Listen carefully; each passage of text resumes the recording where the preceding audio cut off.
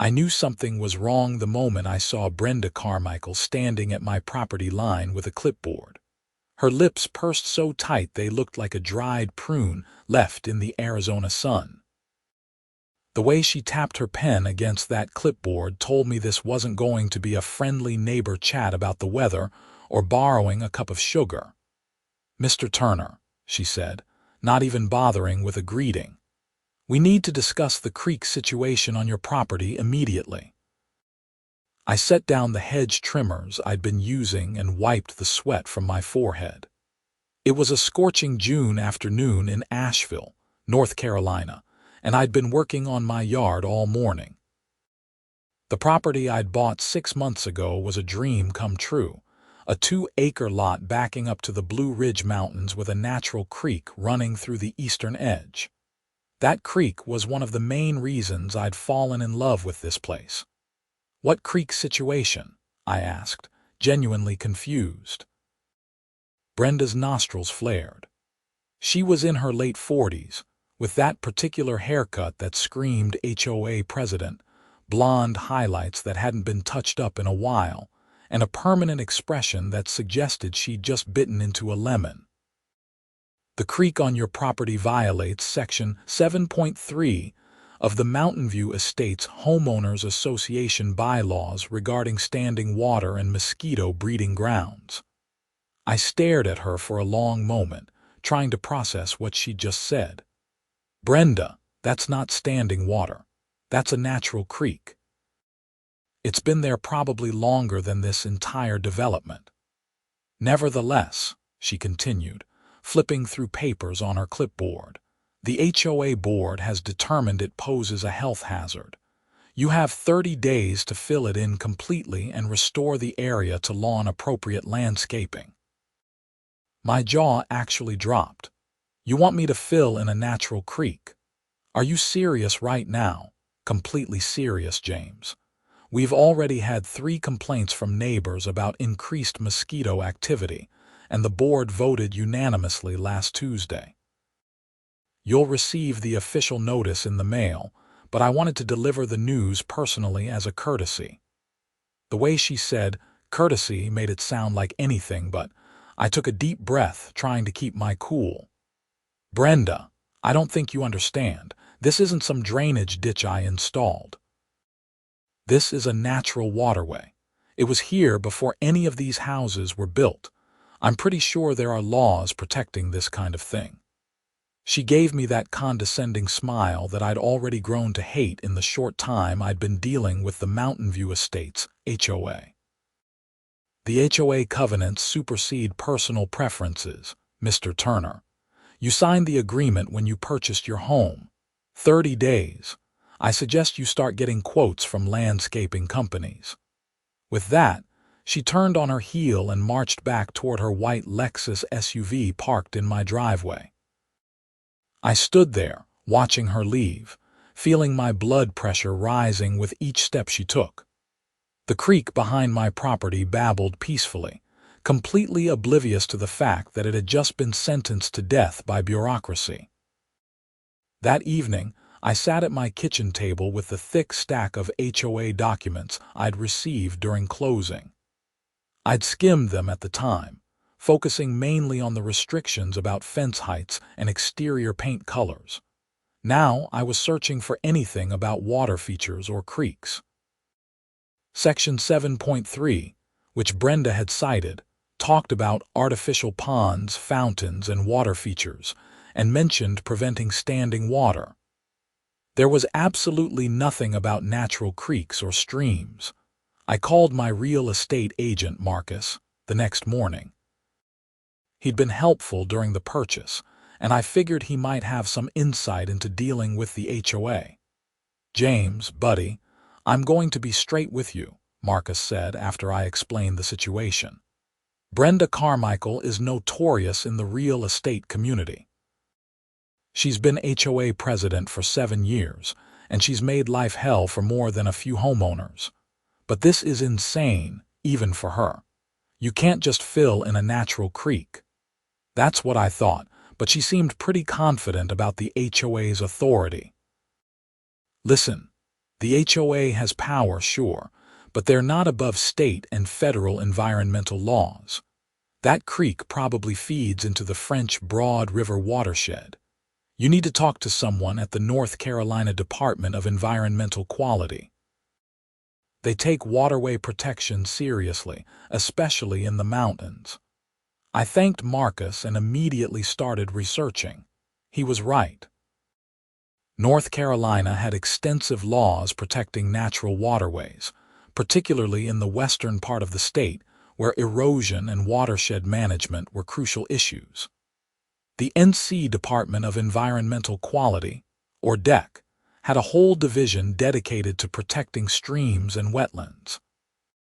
By that afternoon, I'd submitted an inquiry through the DEQ website and left a voicemail with their Asheville regional office. The woman who called me back the next day introduced herself as Patricia Winters, a field inspector with the DEQ. "Mr. Turner, I've reviewed the photos you submitted with your inquiry," Patricia said. Her voice was professional but warm. "That's definitely a perennial stream, not standing water. Can you tell me approximately how wide it is?" "About 6 feet across at the widest point, maybe 8 to 10 inches deep in the center. The water's always moving. There are rocks and everything. I've seen minnows in there. And the HOA wants you to fill this in. That's what they're telling me. They sent an official notice yesterday. I have 28 days left now." I heard papers shuffling on her end. "Mr. Turner, what they're asking you to do would be a violation of multiple state environmental laws. That stream is protected under the North Carolina riparian buffer protection rules. You can't fill it, divert it, or significantly alter it without permits, and frankly, those permits wouldn't be granted for this kind of situation. Even if you wanted to do what the HOA is demanding, which would be crazy, you legally couldn't." Relief flooded through me.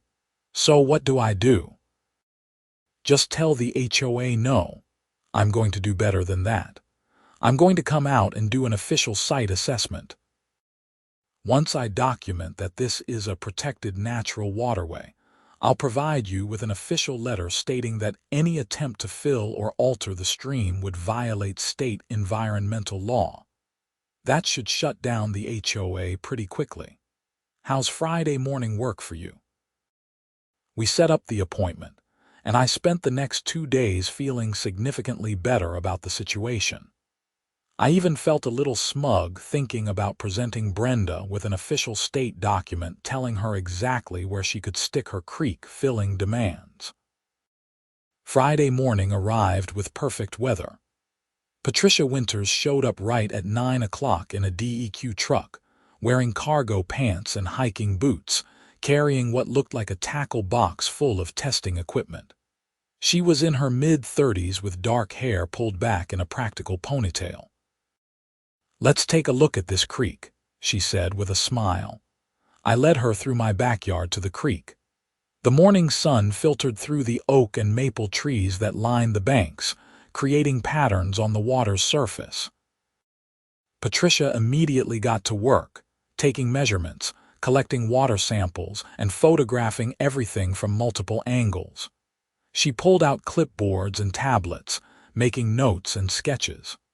"This is a beautiful example of a Piedmont mountain stream," she said, crouching by the water's edge. "See how the rocks are arranged? This is natural formation. And look here," she pointed to the banks. "These are native plants that only grow near perennial water sources. Wild ginger, cardinal flower, and is that blute? This ecosystem has been established for probably hundreds of years. So the HOA is completely off base." Patricia stood up and brushed dirt off her knees. "Off base is putting it mildly. James, this stream is part of the French Broad River watershed. It's protected under state law, federal Clean Water Act provisions, and even some local Buncombe County ordinances. The idea that a homeowners association could override all of that is absurd. They have absolutely no authority to make you alter this waterway." She spent another hour documenting everything, even walking upstream and downstream to map where the creek entered and exited my property. She showed me how it actually flowed from the undeveloped forest land above my lot and continued through a culvert under the road and eventually into a larger tributary. "I'm going to have this report completed by Monday," Patricia said as she packed up her equipment. "You'll receive an official letter from the DEQ stating that this stream is protected and cannot be altered. I'm also going to copy the HOA on the letter, just to make sure they understand the legal situation they're walking into. Thank you so much. You have no idea how stressed I've been about this." She smiled. "Part of my job is protecting landowners from situations exactly like this. People don't always understand that environmental protection laws exist to prevent bad decisions, even when those decisions are being pushed by organizations that think they have authority they don't actually possess." That weekend, I felt like I could finally breathe again. I spent Saturday afternoon sitting on my back deck, listening to the creek, and feeling grateful that common sense and environmental law were on my side. I should have known it wouldn't be that simple. Monday morning, I received the official letter from Patricia via email, with a hard copy coming through certified mail. It was beautifully written, citing specific statutes and regulations, and making it crystal clear that any attempt to fill, alter, or damage the stream would result in significant legal consequences, including potential fines of up to $25,000 per violation per day. I printed out 3 copies, put one in my files, and waited. The certified mail arrived Tuesday. According to Patricia, the HOA would receive their copy the same day. Wednesday afternoon, my phone rang. It was a number I didn't recognize, but the area code was local. "Mr. Turner, this is Douglas Pemberton from Pemberton and Associates. I'm the attorney representing the Mountain View Estates Homeowners Association." My good mood evaporated instantly. "They hired a lawyer, Mr. Turner. The HOA takes violations of the covenants very seriously." While we've received the letter from the Department of Environmental Quality, the HOA's position is that the covenants you agreed to when purchasing your property create a binding legal obligation that supersedes your personal interpretation of environmental regulations. I couldn't believe what I was hearing. My personal interpretation. An official state environmental inspector came out and documented everything. "This isn't my interpretation. This is state law." Pemberton's voice remained annoyingly calm. "The HOA is prepared to pursue legal action if you don't comply with the 30-day notice. The covenants clearly state that the HOA has the authority to regulate water features on member properties. Natural creeks aren't water features." I could hear my voice rising. "Look, Mr. Pemberton, I don't want to be difficult, but I'm not breaking any HOA rules, and I'm certainly not going to break state environmental laws just because Brenda Carmichael doesn't like the natural geography of my property. I'm simply informing you of the HOA's position. You have 18 days remaining on your notice. After that, the HOA will begin assessing daily fines of $100 per day until the violation is remedied. Those fines can also become a lien against your property." He hung up before I could respond. I sat there staring at my phone, feeling my stress levels skyrocketing again. They were actually going to fight this, even with a state environmental agency telling them they were wrong. I called Patricia Winters immediately and explained about the lawyer's call. "They're bluffing," she said, but I could hear concern in her voice. "They have to be. No judge would side with an HOA over state environmental law. But James, if they do start assessing fines or trying to put a lien on your property, you need to get your own attorney." The state has done its part in documenting the stream's protected status, but we can't represent you in a private legal dispute with your HOA. I understand. I just can't believe they're pushing this. Unfortunately, I can. I've seen HOAs do incredibly stupid things when their authority gets challenged. They get so focused on enforcing their rules that they lose sight of reality. But James, you're in the right here. Don't let them bully you into breaking the law. The next 2 weeks were tense.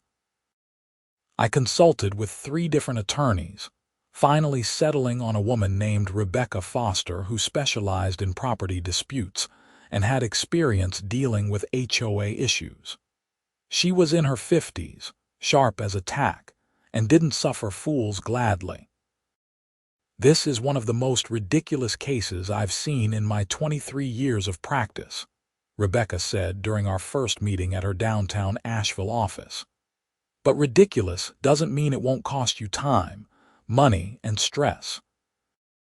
HOAs can be incredibly persistent, especially when they feel their authority is being challenged. So, what do? We prepare for them to follow through on their threats. When they assess the first fine, we'll file for an immediate injunction to stop the fines and remove any lien. We'll present the DEQ report, and I'll also bring in an independent environmental consultant to testify if necessary. We'll make it very clear to the judge that the HOA is demanding you commit environmental crimes. How much is this going to cost me? Rebecca gave me a sympathetic look. My retainer is $5,000. This could go higher depending on how stubborn they are, but I'm fairly confident we can get it resolved quickly once it's in front of a judge. The law is completely on your side. I paid the retainer, feeling my savings account take a painful hit. This was supposed to be my dream property, and instead, it was turning into a nightmare of legal bills and harassment. Day 30 arrived on a humid Thursday morning. I half expected Brenda to show up at my door, but instead, I received a certified letter informing me that I was now in violation of HOA covenants, and that daily fines of $100 would begin accruing immediately. The letter stated that I had 10 days to request a hearing with the HOA board before the fines would become permanent, and a lien would be filed against my property. Rebecca filed our response immediately, requesting the hearing and simultaneously filing a motion in Buncombe County Superior Court for a temporary restraining order against the fines. The hearing with the HOA board was scheduled for the following Tuesday evening at 7 o'clock in the community clubhouse. I'd never been to an HOA board meeting before. The Mountain View Estates clubhouse was a fancy building with a pool gym and several meeting rooms. The board met in the largest room, which had a long table at the front where 5 board members sat like they were holding court. Brenda Carmichael sat in the center, naturally, with 2 men and 2 women flanking her on either side. Rebecca and I sat in the folding chairs facing the board, along with about 15 other residents who'd apparently come to watch the show. Word had gotten around the neighborhood about the creek dispute. Brenda called the meeting to order and immediately launched into the case. We're here tonight to address Mr. James Turner's continued violation of Mountain View Estates covenants, specifically Section 7.3 regarding water features.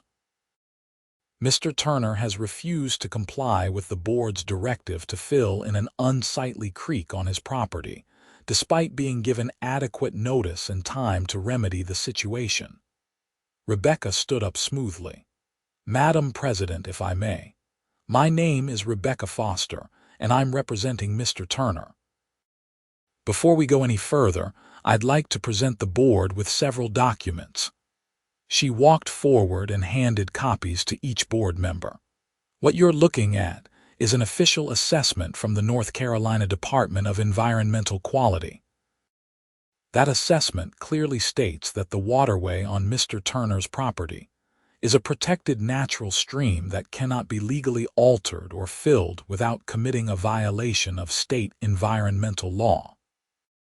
The second document is a letter from the DEQ explaining that any attempt to force my client to fill this stream would result in the HOA being complicit in environmental crimes that carry fines of up to $25,000 per day. I watched the board members' faces as they read. Two of them looked genuinely surprised, like this was the first they were hearing about any of this. One of the men, whose nameplate identified him as Robert Finch, set down his papers and looked at Brenda. "Did you know about this?" he asked her. Brenda's face had gone red. The HOA covenants are legally binding documents. Homeowners agree to abide by them when they purchase property in this community. The state has no authority to override private contracts. Rebecca's laugh was sharp. With all due respect, that's completely incorrect. State and federal environmental laws absolutely supersede HOA covenants. You cannot contract your way around environmental protection statutes. I've also included in your packet a brief from the North Carolina Court of Appeals case Williams v. Oakmont HOA from 2019, which addressed this exact issue. The court ruled unanimously that HOAs cannot enforce covenants that would require homeowners to violate state environmental law. Another board member, a woman named Sandra Mitchell according to her nameplate, raised her hand tentatively. "Brenda, I think we need to discuss this. This isn't what you told us when you brought this issue to the board." "The covenants are clear," Brenda insisted, her voice rising. Section 7.3 states that no water features are allowed without prior board approval. Mr. Turner never requested approval for this creek. I couldn't help myself. I stood up. "Brenda, I didn't request approval because it's not something I installed. The creek was there when I bought the house. It was there when these houses were built. It was probably there when your grandparents were kids. You can't make me get approval for geography." "Mr. Turner, you're out of order," Brenda snapped. "No, Brenda, you're out of order," Rebecca cut in. "You're attempting to force my client to commit environmental crimes, and now you're wasting everyone's time with this hearing when you know you have no legal standing. I have a motion filed with the county court for a hearing next Wednesday. I suggest you consult with your attorney, Mr. Pemberton, about the liability the HOA is exposing itself to by continuing this frivolous action." Robert Finch stood up.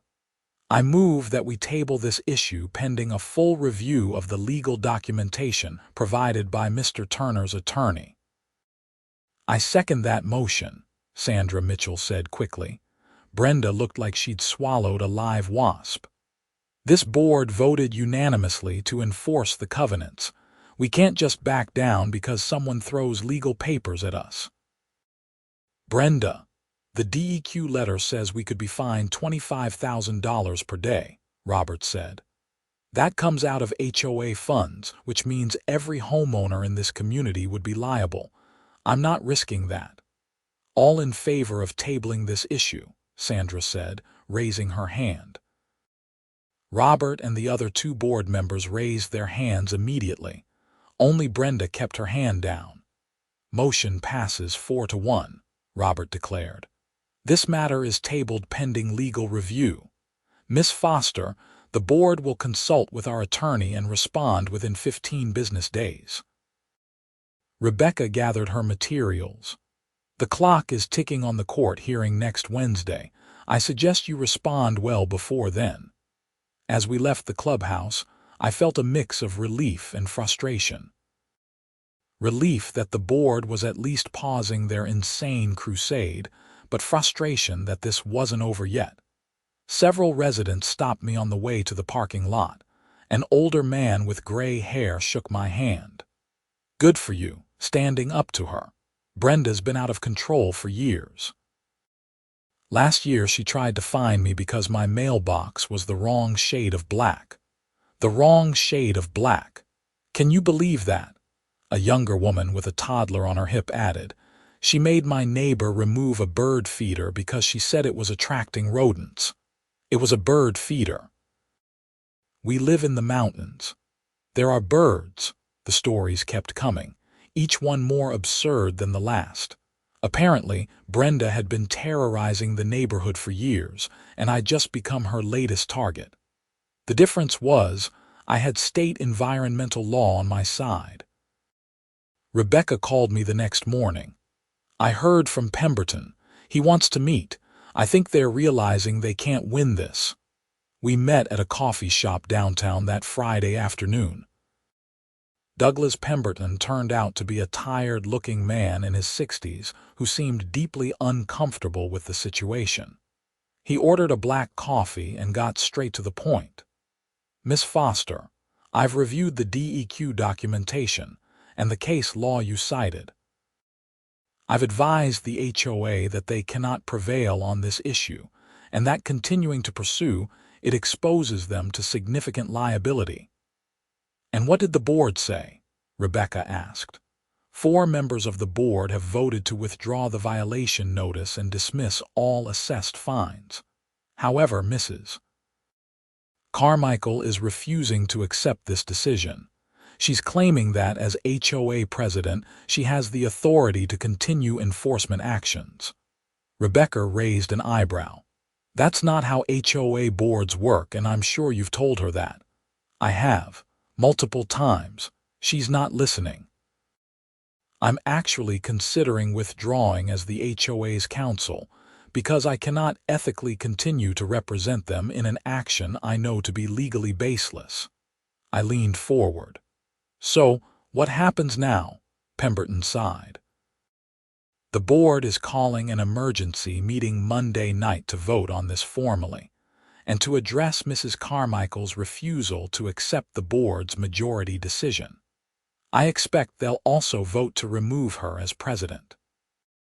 Several board members have expressed that her judgment on this matter has been severely compromised. Rebecca nodded. And the fines that have already been assessed, the board will vote to rescind them entirely. You'll receive official written notice, and this matter will be resolved. I'm very sorry it got this far, Mr. Turner. This should have been handled properly from the beginning. That Monday night, I attended my second HOA board meeting. The room was packed with at least 40 residents, all of whom had apparently heard about the drama and wanted to witness it firsthand. Brenda sat at the head of the table, looking defiant and cornered at the same time. Robert Finch opened the meeting. We're here to address the ongoing dispute regarding Mr. Turner's property and to vote on several related motions. First, I move that the violation notice issued to Mr. Turner regarding the natural creek on his property be withdrawn completely, and that all assessed fines be rescinded. Second, Sandra Mitchell said immediately. Discussion, Robert asked, looking directly at Brenda. This is a betrayal of everything this HOA stands for, Brenda said, her voice shaking with anger. We have rules, we have standards. If we let one person ignore the covenants, then everyone will think they can do whatever they want. This neighborhood will fall apart. Brenda, Robert said gently, we're not letting anyone ignore the covenants. We're recognizing that natural waterways are not covered by Section 7.3 and that state environmental law prevents us from taking the action you've been demanding. Our attorney has made this very clear. Then we need a new attorney, one who will actually fight for us. Sandra shook her head. Brenda, we can't fight state law. We'd lose and we'd bankrupt the HOA in the process. Every homeowner here would see their dues increase dramatically to cover the legal fees and potential fines. Is that what you want? The room had gone completely silent. Brenda looked around at the crowd, seemed to realize she had no support, and slumped back in her chair. Fine. Do whatever you want. All in favor of withdrawing the violation and rescinding the fines, Robert said. All 5 board members raised their hands, including, after a long moment, Brenda. "Motion passes unanimously," Robert declared. "Mr. Turner, you'll receive official written notice within 48 hours. On behalf of the board, I apologize for this situation." Rebecca squeezed my arm, and I let out a breath I felt like I'd been holding for weeks. But Robert wasn't done. "I have a second motion. Given the significant judgment errors displayed in this matter, and the legal liability Mrs. Carmichael has exposed this HOA to, I move that Brenda Carmichael be removed as HOA president effective immediately." A woman in the audience actually gasped. Brenda stood up so fast her chair fell backward. "You can't do this to me. I've dedicated 7 years to this community." "And we appreciate that service," Robert said, "but this situation has shown that your judgment has become compromised. You refused to accept legal advice from our attorney, you dismissed official state environmental documentation, and you continued to pursue an action that could have cost this HOA tens of thousands of dollars. I'm sorry, Brenda, but this is necessary." "Second," Sandra said quietly. The vote was 4-1, with only Brenda voting against her own removal. She grabbed her purse and stormed out of the meeting, slamming the door behind her so hard that pictures rattled on the walls. The meeting continued for another hour, with the board voting Robert in as interim president and scheduling elections for a permanent replacement. Several residents came up to me afterward to apologize for what I'd gone through and to thank me for standing up to Brenda. As Rebecca and I walked to our cars, she said, "I'm glad it ended this way. It could have been much uglier and much more expensive for everyone involved." "Do you think Brenda will try anything else?" Rebecca shrugged. "She might, but she has no authority now. And frankly, the rest of the board seems reasonable. I think you're in the clear." I wanted to believe her, but I'd learned to be cautious. Sure enough, 3 days later, I found a notice taped to my front door. It wasn't from the HOA this time. It was from the Buncombe County Code Enforcement Office, claiming that I had an unauthorized drainage system on my property that required permitting. I took a photo of the notice and immediately called Rebecca. "Someone filed a complaint with the county about your property," she said after I emailed her the notice. "Let me guess who. Has to be Brenda, right?" "Almost certainly, but don't worry about this. Call the number on the notice and set up an inspection. When the code enforcement officer comes out and sees that it's a natural creek, this will get dismissed just like the HOA issue." She was right. The code enforcement officer, a friendly guy named Mike who'd been doing the job for 15 years, took one look at my property and laughed. "Who reported this as a drainage system? That's a natural stream. It's probably been there since before the Cherokee were in this area." "The former HOA president," I said. "She's not happy that she couldn't force me to fill it in." Mike shook his head. "Well, she wasted county resources with a false complaint. That's actually against county ordinance. I'm going to close this case as unfounded and make a note about the frivolous complaint. If she tries this again, there could be consequences for her." 2 weeks passed quietly. I started to relax, thinking maybe this nightmare was finally over. I spent my evenings on the back deck, listening to the creek, watching fireflies, and feeling grateful for my property. The weather had turned beautiful, with warm days and cool nights perfect for being outside. Then things got weird. I came home from work on a Tuesday evening to find someone had dumped a load of dirt at the edge of my property, right near where the creek entered from the undeveloped forest land above my lot.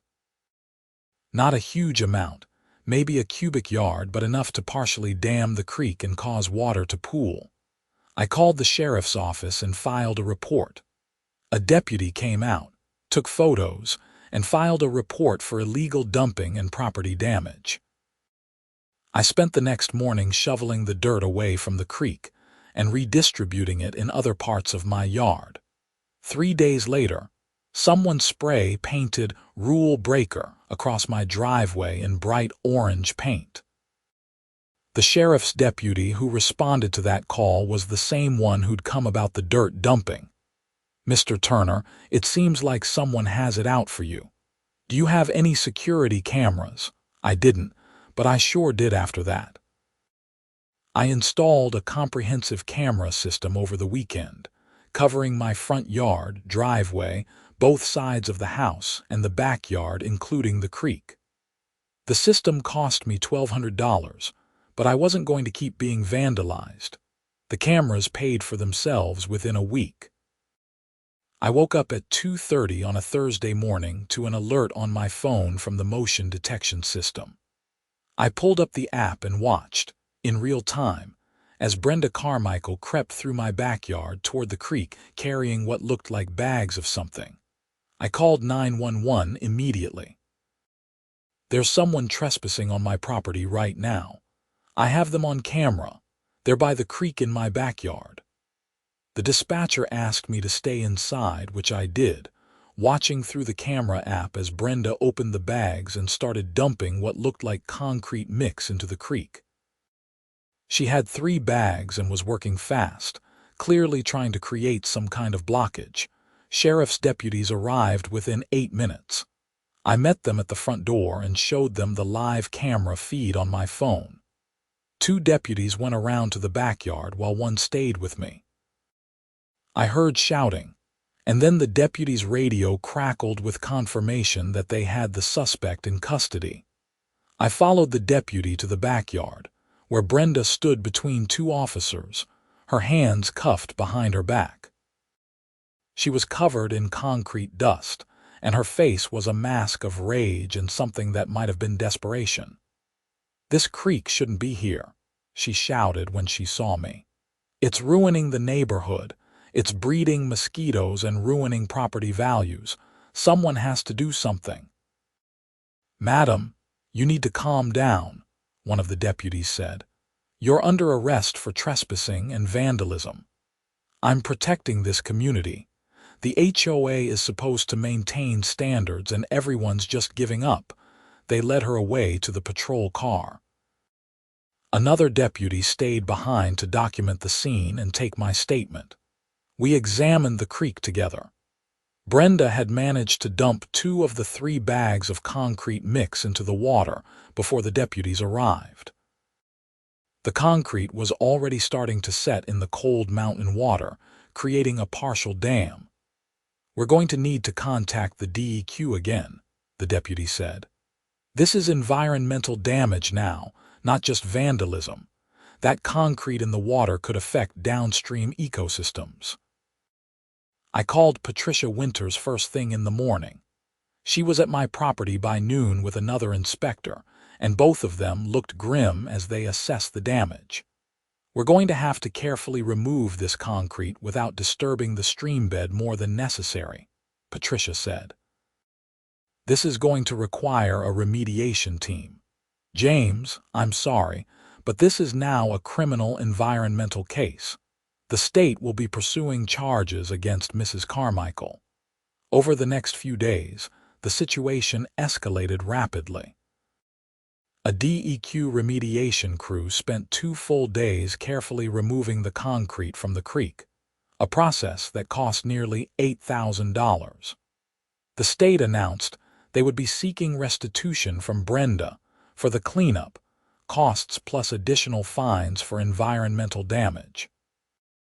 Brenda was charged with criminal trespass, vandalism, and violation of the state's Stream Protection Act. Her bail was set at $10,000.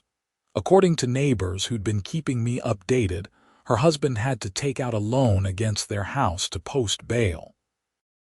The local newspaper got wind of the story, and suddenly, I was getting calls from reporters wanting interviews. "Former HOA president arrested for dumping concrete in protected creek," made the front page of the Asheville Citizen-Times. The story went viral on social media, with people sharing it as an example of HOA overreach gone criminally wrong. My phone wouldn't stop ringing. National news outlets wanted the story. HOA reform advocates wanted to use my case as an example. Environmental groups wanted to make Brenda a cautionary tale. I declined most of the interviews, wanting just to put the whole mess behind me. Brenda's trial was scheduled for October, 4 months away. In the meantime, the Mountain View Estates HOA held elections for a new board. Robert Finch was elected president permanently, and 3 new members joined the board, including the older gentleman who'd complained to me about the mailbox incident. Their first order of business was reviewing all of the HOA covenants and removing or revising any that could be interpreted as overreaching. I received an official letter from the new HOA board in July, apologizing for everything that had happened and assuring me that no further action would be taken regarding my property. They also voted to reimburse me for the security camera system I'd installed, which was a nice gesture I hadn't expected. The summer passed quietly. I worked on my property, improving the landscaping around the creek with native plants that Patricia had recommended. The stream became a beautiful focal point of my backyard, attracting birds and butterflies. Neighbors started asking to see it, and I gave several informal tours, explaining how stream ecosystems worked and why protecting natural waterways was important. Rebecca kept me updated on the legal proceedings. Brenda's attorney is trying to work out a plea deal. The environmental violations are serious, and the DEQ isn't backing down. She's looking at potential jail time if this goes to trial and she's convicted. Part of me feels bad for her, I admitted. She clearly became obsessed with this to an unhealthy degree. That's generous of you considering what she put you through, but James, she committed crimes. She trespassed on your property, caused environmental damage, and tried to destroy a protected natural resource because she couldn't handle having her authority challenged. Actions have consequences. In September, Brenda accepted a plea deal. She pleaded guilty to criminal trespass and environmental violations. Her sentence included 6 months of home detention with an ankle monitor, 3 years of probation, 200 hours of community service focused on environmental conservation work, and full restitution to the state for the cleanup costs. She was also permanently banned from serving in any HOA leadership position in North Carolina. The judge's statement during sentencing was pretty harsh. Mrs.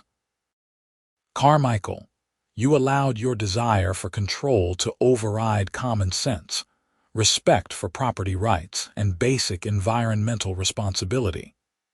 You were told repeatedly by experts that what you were demanding was illegal, and instead of accepting that, you escalated to criminal behavior.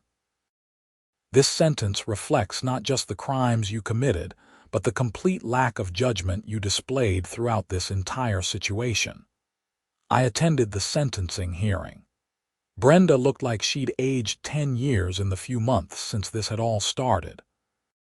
Her husband sat in the gallery looking miserable. When she saw me, she looked away quickly, her face flushing with what might have been shame.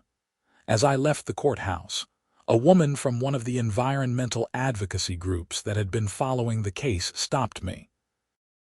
"Mr. Turner, I just want to thank you for standing your ground. Cases like this are important because they remind people that HOAs, despite their authority within their communities, are not above the law. The precedent here could help other homeowners facing similar situations." I appreciated the sentiment, but mostly I was just glad it was over. I drove home to Asheville, parked in my driveway where someone had once spray painted me as a rule breaker, and walked through my house to the back deck. The creek babbled peacefully in the afternoon sun. A blue heron stood in the shallow water, hunting for minnows. This was what I'd bought this property for.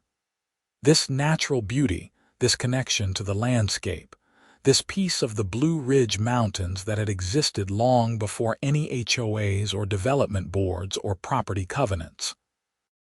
I'd fought to protect it, spent thousands in legal fees, dealt with harassment and vandalism, but in the end, the creek was still here, still flowing, still protected by laws that recognized its value beyond human control. My phone buzzed with a text from Patricia Winters. Heard about the sentencing. Justice served. That creek is lucky to have you as its protector. I smiled and put the phone away. I wasn't a protector, not really. I was just someone who'd been lucky enough to own property with a natural creek, and stubborn enough to refuse to commit environmental crimes just because someone with a clipboard told me to. The real protectors were the state environmental laws, the DEQ inspectors like Patricia who took their job seriously, and the legal framework that recognized that some things, like natural waterways, were more important than homeowners' association rules. The following spring, I had the property reassessed for my homeowner's insurance. The inspector spent 20 minutes just admiring the creek, talking about how rare it was to have such a well-preserved natural stream on residential property. He mentioned that it probably added $10,000 to $15,000 to my property value. I thought about that. Brenda had been worried about property values, claiming the creek was ruining the neighborhood. But a natural water feature, properly maintained and protected, actually increased value. She'd been wrong about everything, from the legal issues to the environmental concerns to the basic economics of real estate. The new HOA board turned out to be reasonable and functional. They focused on actual community issues like maintaining common areas, organizing neighborhood events, and addressing real problems like speeding on neighborhood streets. The difference between them and Brenda's regime was like night and day. Robert Finch stopped by one Saturday morning in June, a year after the creek incident had started. He brought his granddaughter, a curious 7-year-old who wanted to see the creek that had been in the newspaper. "Mr. Turner," Robert said as his granddaughter peered into the water, delighted by the minnows, "I wanted to apologize again for everything that happened. The board should have stopped Brenda much earlier. We all just got used to letting her run things and we didn't speak up when we should have." "Water under the bridge," I said, then smiled at my own unintended pun. "Or over the rocks in this case. Grandpa, look, is that a crawdad?" The little girl pointed excitedly at a small crayfish near the rocks. "Sure is, honey, this creek is full of life." Robert watched his granddaughter for a moment, then turned back to me. "You did this neighborhood a favor, you know, not just by protecting the creek, but by standing up to Brenda. She needed to be stopped, and you had the courage to do it. The HOA is better now. The whole community is better." After they left, I sat on my deck and thought about everything that had happened. It had been exhausting, expensive, and stressful. I'd lost sleep, spent thousands on lawyers and security cameras, dealt with vandalism and harassment, and watched a woman destroy her own life through obsessive need for control. But the creek still flowed. The heron still came to hunt. The minnows still darted between the rocks. And I still had my property, my dream home in the mountains, with its natural beauty intact and protected. That evening, as the sun set behind the mountains and painted the sky in shades of orange and purple, I raised a beer in a private toast to standing your ground, to environmental protection laws, to good neighbors and reasonable HOA boards, and most of all, to the natural world that existed long before we built our houses on it and would hopefully exist long after we were gone. The creek babbled its agreement, flowing on as it had for centuries, as it would for centuries more, protected now not just by ancient geology, but by modern law and one stubborn homeowner who'd refused to fill it in just because someone with a clipboard said he had to. In the end, that's what it came down to. Knowing when to fight, knowing when you're right, and knowing that some things are worth protecting no matter how much easier it would be to just go along with unreasonable demands. My creek was one of those things, and I'd do it all again in a heartbeat if I had to. The wind rustled through the oaks and maples lining the banks. Somewhere upstream, a bullfrog began its deep evening call. The natural symphony of the Blue Ridge Mountains played on, undisturbed by HOA politics, legal battles, or the brief moment of human drama that had threatened to silence it forever. I'd bought this property to be closer to nature, to have a piece of the mountains as my own. I'd ended up becoming an accidental environmental advocate, a defender of natural waterways, and a cautionary tale about HOA overreach. But really, I was just a guy who loved his creek and was willing to stand up for it when someone tried to take it away. And in the beautiful, peaceful evening of my backyard, with the water flowing and the mountains standing eternal in the distance, that was more than enough.